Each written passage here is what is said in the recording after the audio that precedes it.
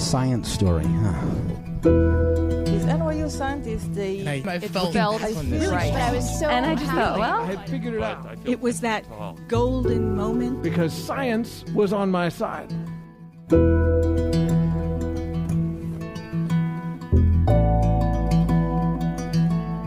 Hey everybody, welcome to the Story Collider, where we bring you true personal stories about science.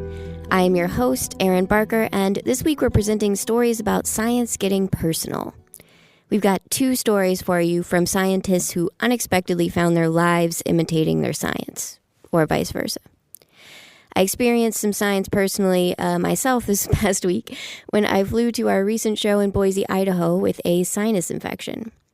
It turns out, and here's a science fun fact for you, when you fly with a lot of fluid in your head and you go through some turbulence, you can, in fact, pop a hole in your eardrum. I did not know that, so when my brain exploded and trickled out my ear, I was somewhat startled.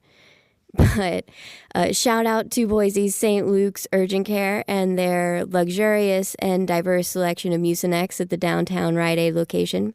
Thank you for taking care of me, Boise. I am mostly better now. Our first story this week is from Phillip Comella. It was recorded in July 2018 at Caveat in New York City. The theme that night was transformation.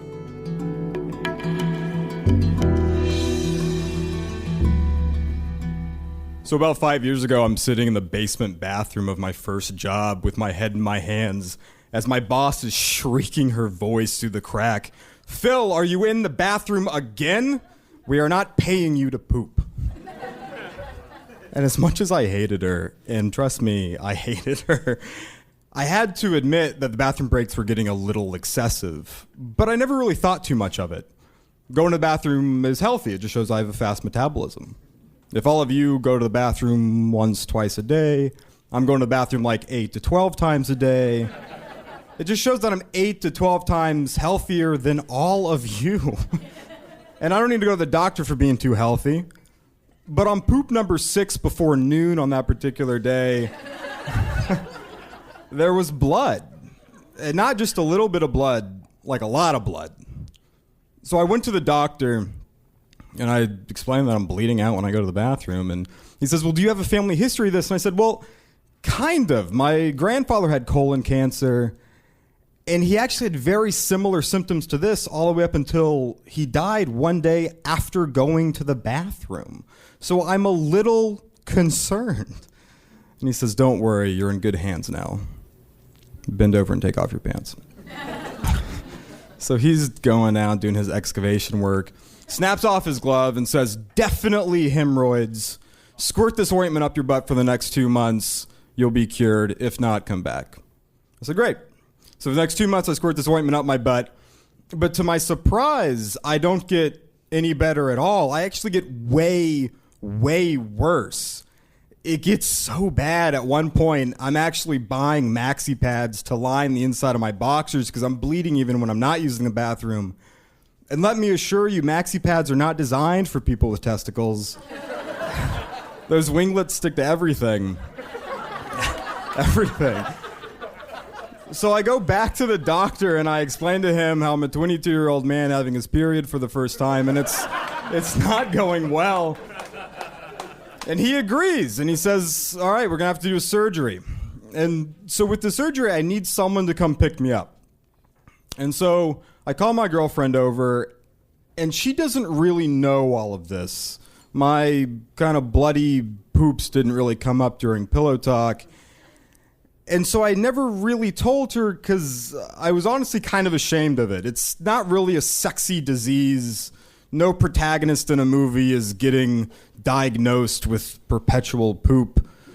It would really change the ending of Fault in Our Stars. So I never really told anyone about it. And so when I'm telling her, it's kind of hitting her in waves. And at the end of it, I say, "Well, listen, can you come pick me up at the hospital on Friday?" And she says, "I actually can't because I'm seeing someone else," which wasn't really the expectation, or it wasn't really what I was expecting to hear. And so we talked for a little while, and she ultimately took all of her stuff out of the apartment and leaving it a very kind of cold and vacant place, which is fitting because that's exactly how it felt. And then I'm scrolling through my phone and I get an email from my boss, the terrible shrieking woman from before. And in the email it says, "Dear Phil, although you have the sick leave to take off, you have not given me an exact detailed message explaining the procedure, so I am not granting you the time off." And people have their limit to the amount of stress and trauma they can take. And then they go into what's known as the fight or flight response. And on that day, I said, fuck it, let's fight. So I hit reply all, as a few of you have. And I said, not only is this a violation of my HIPAA rights, it's a violation of the employee handbook, cited the section, and don't worry about it because I'm never coming back to work ever again. And the moment I hit send on that email, a countdown started. Because now I only have until the end of the month for health insurance. So I called the doctor the next day and I said, not only do I not have someone to come pick me up on Friday, I also don't have health insurance the next 2 weeks. So we have to conjure this plan. And it has some sacrifices to it. I don't have enough time to do the proper pre-op or post-op. And the surgeon that we had originally scheduled can't do it anymore, so we have to find a general surgeon who doesn't specialize in this stuff. And so the primary care physician contacted him and said, listen, just cut out anything that's like bloody and necrotic. And he said, sure. So we do the procedure, and I feel better. But about a month later, the blood comes back. So I call the doctor because I can't afford to physically go see him anymore. And he says, listen, there's a chance that you're just one of the small percentage of people that just has chronic hemorrhoids. And there's nothing we can do about that. And so I just kind of have to accept that as fact. I have to accept that as the new me. I am the chronic hemorrhoid hero. It's a secret identity. I don't tell anyone. It's like any other superpower or any other superhero. My only superpower is that I have to shit every hour on the hour, so I get pretty good at telling time, which I guess is the only benefit. But I never really changed my mind on that. It's just something I have to accept as fact. So I changed my whole life to kind of accept this new power. And I don't rethink it for years. Until a couple months ago, when I take a road trip with a few friends. On this road trip, we're going down the East Coast. We're coming back. It's like a 20-hour straight driving at the end of it. And we get to the Lincoln Tunnel, and I am awoken in severe pain. And I'm just like, shit. We're so close. It's 20 hours of driving. We're like this close to getting home. I can deal. I can hold it. But the Lincoln Tunnel and traffic, which is New York's most terrifying villains, have a different plan in mind. And so we get to the bottom of the Lincoln Tunnel, and I'm not doing well at all. So I kind of whisper to my friends who don't know about this secret identity. I say, listen, I'm not doing too well. And they said, well, we're driving as fast as we can. We'll get there soon enough. And that's when I start shaking. That's when I start sweating. That's when my stomach starts cramping. So by the time that we get to the end of the Lincoln Tunnel, we hit that first red light, and my brain shuts down. And I go back in this fight or flight response. This time, I chose flight and just kicked open the door and started sprinting. So it's 9 a.m, I'm sprinting down the street, and I'm running up to these restaurants, and I'm like hammering on the door, and I'm, please let me use your bathroom, please let me use your bathroom. It's like, no bathroom, no bathroom, go to the other place. We're hammering on the door, they said, no baño, Port Authority. And I'm like, okay. So I'm sprinting down the street. I'm like pushing over grandmas. I'm hurdling taxis. I'm running as fast as I possibly can. I see the door. It's held open by a rock. I fling it open. I run down the hallway. I see the elevator. I'm mashing the button, but nothing's happening. And so I'm starting to look at other options here. And that's when I see the bowling shoes and the bowling balls behind this long desk. I'm not in the Port Authority. I'm in the bowling alley next to the Port Authority, and they're not open yet. I don't know why the door is held open by a rock. So my brain just starts working in overdrive, like, how much time do you have left? How much pain are you in? How much sweat have you lost? And at that point, it flashes in front of me. You're out of time. Jump the desk. So I jump over the desk. I kick over the phone and the pens, find a trash can, drop my pants. And I don't know how many of you have ever broken into a bowling alley at 9 in the morning to shit in a trash can, but it's a very coming to Jesus sort of moment. It really allows you to rethink just about everything about yourself. And it's in that moment where I thought, maybe this isn't hemorrhoids. Maybe this is something different. So at that time in my life, like I said, a few years had passed. I'm a graduate student, and I'm preparing for my thesis proposal, and that's just a formal way of telling the school what I plan to do for the next 8 years of my life, and which is terrible. But my plan is to basically create this machine learning tool that can read genetics and then spit out a diagnosis. And my boss kind of tells me, well, what do you want to use that for? And I said, listen, I don't really care what we use it for because I just need a lot of data to do the first try. So he says, all right, we have a really good data set in ulcerative colitis. Let's go for it. So I write it up. I get it finalized and formalized, and it's accepted. So it becomes my thesis. And I have my first meeting with the ulcerative colitis group. And they say, well, what do you know about ulcerative colitis? And I said, well, I actually don't know a whole lot because I spent my whole time kind of trying to figure out the technical sides of this. And they said, okay, ulcerative colitis is a chronic autoimmune disease. And most people are familiar that the immune system is there to like protect you against viruses and bacteria and other things that make you sick. But on occasion, it will go rogue and it'll act as a double agent. And in the case of ulcerative colitis, it will start attacking your intestines. So after hearing that, I'm like, wow, that sounds terrible. What can you tell me about the patients? So they started describing the data set, and they said, well, listen, we have a lot of people between their mid-20s to mid-30s. They have a range of intestinal complications, and they often go misdiagnosed for years. And I kind of get this like out-of-body experience. Like someone is talking about me to me.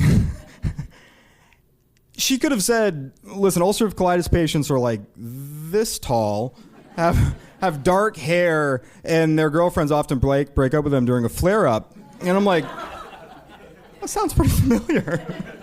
So I call a new doctor once I get out of the meeting, and I tell him I have ulcerative colitis. And he's like, listen, just because WebMD says so. I'm like, no, I'm well past that. All right, we're well past WebMD.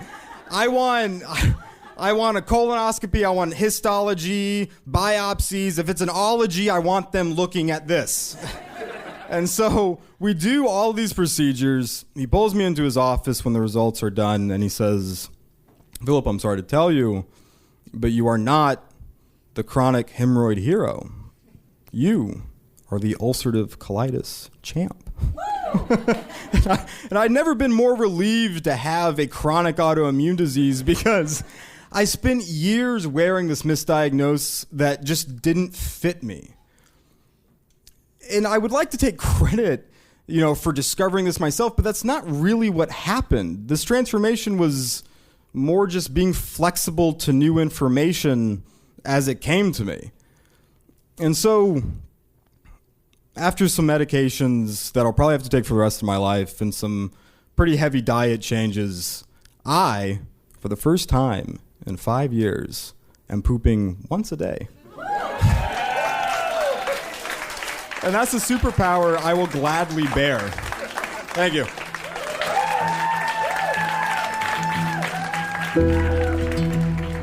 That was Phillip Comella. Phillip is pursuing a PhD in Biomedical Sciences at the Icahn School of Medicine at Mount Sinai. His research includes machine learning and genetics in an effort to better diagnose patients and simulate disease. Speaking of things getting personal, the work we do at Story Collider is personal to us. Good segue, right? So if you believe in the importance of true personal stories about science like we do, or you're just entertained by this podcast, please consider writing us a review and subscribing on iTunes. It helps us move up the rankings so that more folks can discover this podcast, and we really appreciate your help with that. Our next story today is from Kelley Remole. It was recorded in March 2018 at Caveat in New York City at our annual show in conjunction with Brain Awareness Week.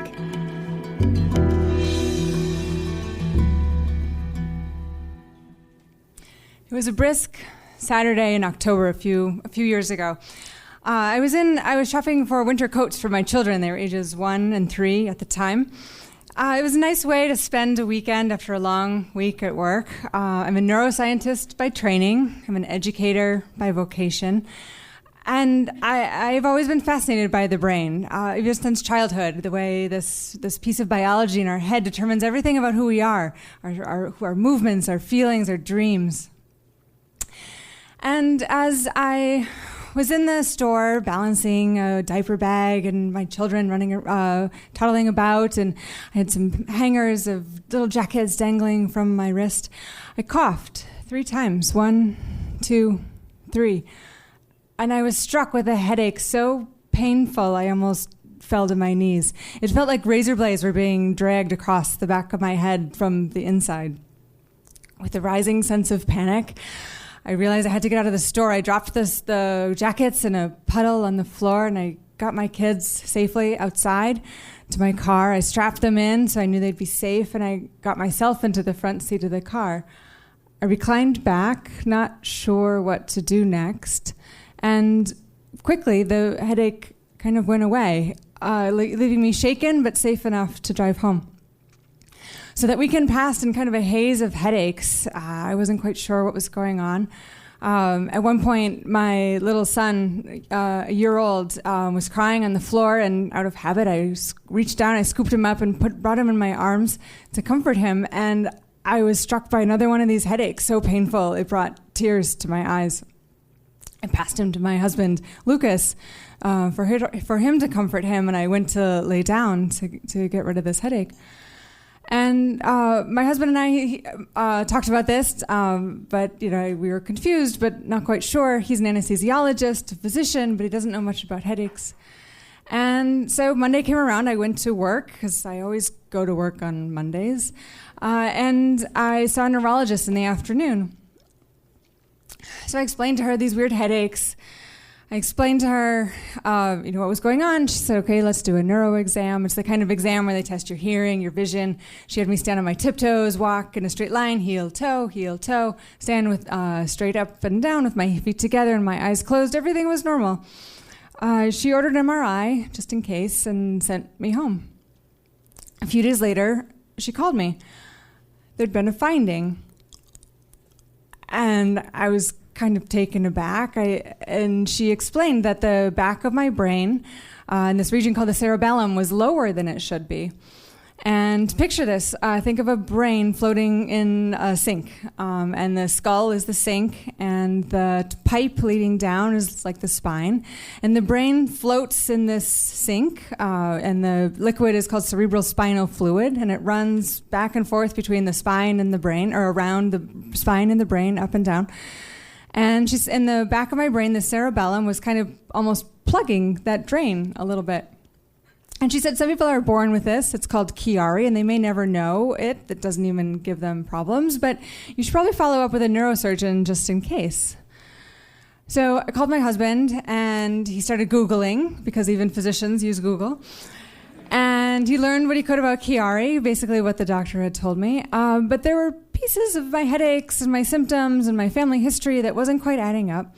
He started searching medical databases. He found that there was this kind of rare condition where people can develop a leak out of the lining of the pipe, out of their spine.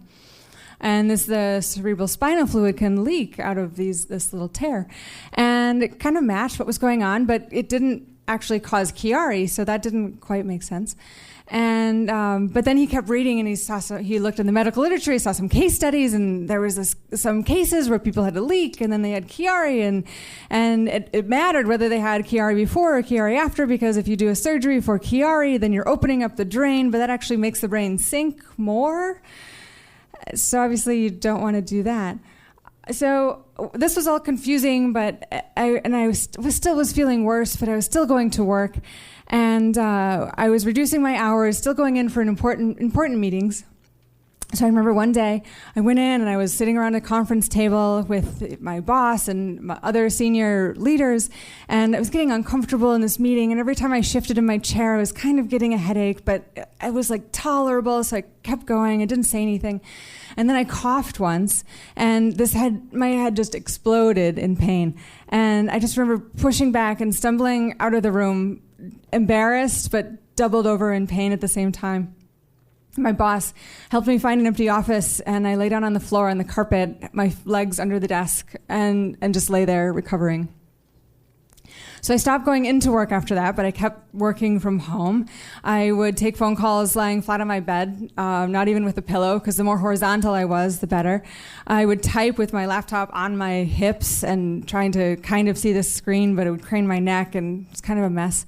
But I kept doing this and waiting for this appointment with the neurologist, or with the neurosurgeon that the neurologist had recommended. So finally I get in to see the neurosurgeon, and explain to him what happened. And my husband is there, and I'm kind of getting confused with the details at this point, because my mental state was just not what it should be. And he listens, and he looks at my MRI, and he says, well, yeah, that looks like a Chiari. He said, let's do a neuro exam. And so we did the same thing, like vision, hearing. He had me stand on my tiptoes, but this time my legs wobbled like crazy. And he had me walk heel toe, and this time I couldn't. I stumbled. My hands flew out to try to find my balance. This time when he asked me to close my eyes and stand, I swayed so much that Lucas had to catch me. It was clear I was getting worse and fast. He admitted that was strange, and Lucas outlined this theory that, what if it's a leak, and what if it caused a Chiari, and the neurosurgeon, this really eminent neurosurgeon, I'd watched him on New York Med, that reality show about physicians, and he had taken a tumor the size of a baseball out of this kid's head, and the kid survived. It was this great story. This guy's at the top of his field. And he's like, okay, that's a nice theory, but you're an anesthesiologist, thanks, but no thanks. And he said, really, without a scan of your brain before you got sick, we can't really jump to conclusions. And I sat up in my chair and I was like, I do have a scan of my brain from 4 years ago. I was involved in this education program about the brain, Neurodome, and I was the brain model. So I have this scan from this other institution. It's across the city. It's 4 years ago. And he's like, oh. And then really quickly, he starts typing on his computer and click, click, click. And it's like CSI, brain scan. And he brings up my image from 4 years ago. And there in front of us, side by side, so obvious that even someone without a medical degree could see my brain had changed in the past 4 years. And he's clicking through this in his head, and he turns to me and he's like, I've never seen a case quite like this before. And he said, this is serious, but you're unlikely to die. I'm like, you're the doctor here. You're the one on TV taking out these tumors, and you're telling me, A, you've never seen this before, and B, you can't rule out death? So I'm struggling with this, and he says, you can't keep working. And so I take his word for it this time. I didn't listen to my husband, but I listened to this doctor. And so he didn't have a whole lot to offer me. We did some scans at Columbia to try to find this leak, inconclusive. I went over the next few months. I went to a series of doctors in the local area, different institutions, different departments, different people, all looking for answers. And every time it was oh, maybe it's a Chiari. And my husband would be like, no, maybe it's not. And so it was back and forth, and let's look for a leak. And we couldn't find a leak. And we tried to treat for a leak, but inconclusive, not a little bit helpful, not really. And so I found myself, the headaches were getting worse and worse. I was getting 100 a day. I couldn't lift my kids. I knew how to not do that, as painful as that was, but I couldn't avoid the sneezes and the just rolling over in bed. And all of these things would cause this 30-second calamity in my head. So I had to keep searching for answers. So all the doctors said, you really need to see some experts in this. There aren't that many, but there is a group at the Mayo Clinic in Rochester, Minnesota. These are the doctors that literally wrote the book on this. So that's where I went. for a series of visits over a few months, and they did some tests and they did their imaging, and they were scratching their heads and admitted that we were really working on the edge of medical knowledge here, but I was desperate. And they said, finally we got to the point where they said, we only have one last test, really, one last procedure to give you to try to treat a leak. They said, we don't really know where this leak is, if it's a leak, but we can do this test. It's a lot of radiation because it's a CT scan. And I said, do it. It's like, I gotta do something. So I went, they anesthetized me. They identified 22 spots along my spine that were weak and could have a tear in them. And they injected them with blood, my own blood, and a little bit of biological glue. And they sent me home. And I waited. And over the next, not days, but over weeks and months, I started to get a little better. I started to add back my home routines. I started to engage more with my kids, with Lucas. I started to add back work very slowly, mostly from home, but really started to feel a little bit more like myself. But it wasn't enough. I still wasn't picking up my kids. I wasn't engaged. I wasn't back at work like I wanted to be. And so I went back to the Mayo Clinic, and they said, well, we can do this, but only one more time because of the amount of radiation, because of your age. Your body can't take that much radiation without putting you in a very risky zone. And I said, look, it's all I've got. Let's do it. And so on a cold October day, about a year after those first headaches, I went in and they did it again, and they found those weak spots and they injected them with blood and glue, and they sent me home. And I waited, and not over days, but over weeks and over months, I started to feel really, truly better.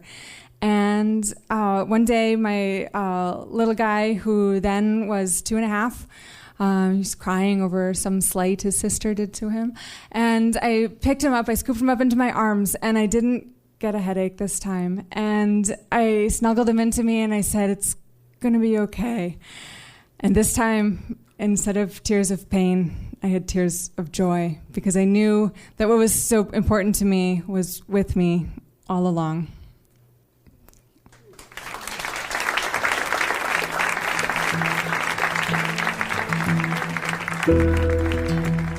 That was Kelley Remole. Kelley is the Senior Director of Scientific Programs at Columbia University's Zuckerman Mind-Brain Behavior Institute. Nationally recognized for her science outreach work, she worked previously at the American Museum of Natural History and has consulted on a number of projects, including Neurodome, a planetarium show about the brain. The Story Collider is grateful for the support of the Tiffany & Co. Foundation and of Science Sandbox, a Simons Foundation initiative dedicated to engaging everyone with the process of science.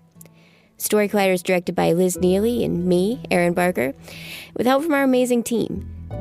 The stories featured in today's podcast were from shows produced by Nissa Greenberg, Paula Croxon, Tracy Rowland, and me, Erin Barker. The podcast is produced by Zoe Saunders. The theme music is by Ghost.